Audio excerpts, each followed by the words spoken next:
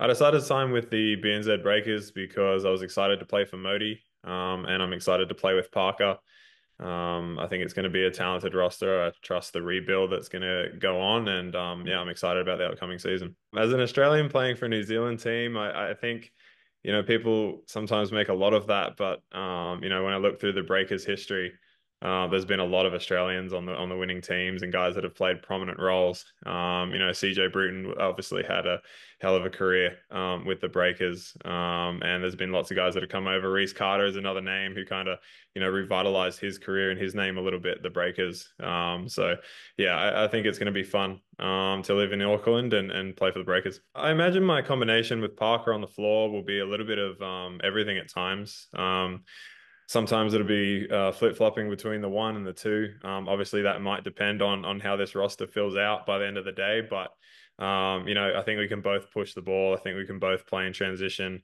And at the end of the day, having different kinds of attacks is going to be a good thing for the team and whoever we get in the roster. So, I'm sure we'll be able to play off each other and keep it up tempo. Parker really impressed me in his first year just because how quickly he adapted to the league.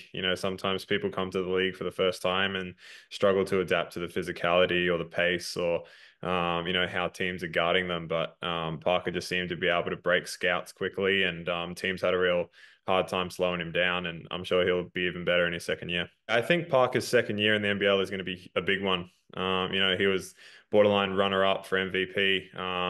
In some people's eyes, he was the MVP, and then he showed that in the play-in games that he stepped up to another level again, despite all the injuries on the roster. So now that he's more familiar with the league and how different teams are going to cover him on defense, I expect another big year from him. I think the main attraction for me playing for Modi is that he just seems like a really knowledgeable basketball coach. When we're playing against New Zealand Breakers in previous years and when we're doing our scout, you can just see the stuff that they're running, the stuff they're doing on defense. And to me, it looked like it made sense for the roster that they had. So, in my opinion, I think it's going to be a fun way to play. I think he understands who I am as a player and what my strengths are and how to get the best out of me. So that's exciting for me. I definitely think my game can go to another level under Modi. I'm excited for our conversations already.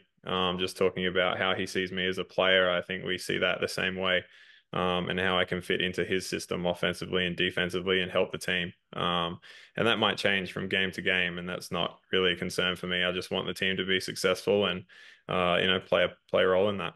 I'm definitely not trying to replace Tom Abercrombie. That's a bit of an impossible feat.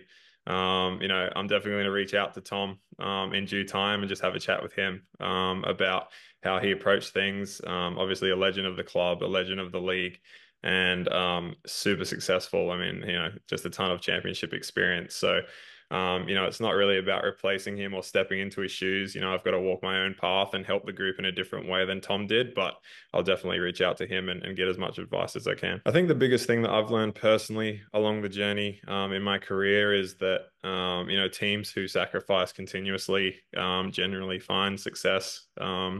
It's really easy to get caught up in your own situation and what you're doing individually and what will come next for you individually. But you just find, especially in the NBL, teams that define roles quickly, buy into those roles quickly, and go out there and play for each other.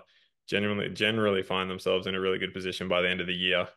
Championship teams have a lot of role players that just do their job day after day after day. I think it's something about the travel with the Breakers that brings on that challenge, for the players and for the club, and that's something that you have to embrace. And I'm sure, when I talk to Tom, he'll talk about that the best teams that the Breakers had embraced that challenge. They're playing in final series against Perth where they're flying every second day back and forth. So I imagine that they took that on and embraced that and made the best of it. And actually, I was on the team that, when the Breakers got delayed and they got back the same morning and played the game a few hours later, we lost that game. So, I'll definitely have to find a way to do that too.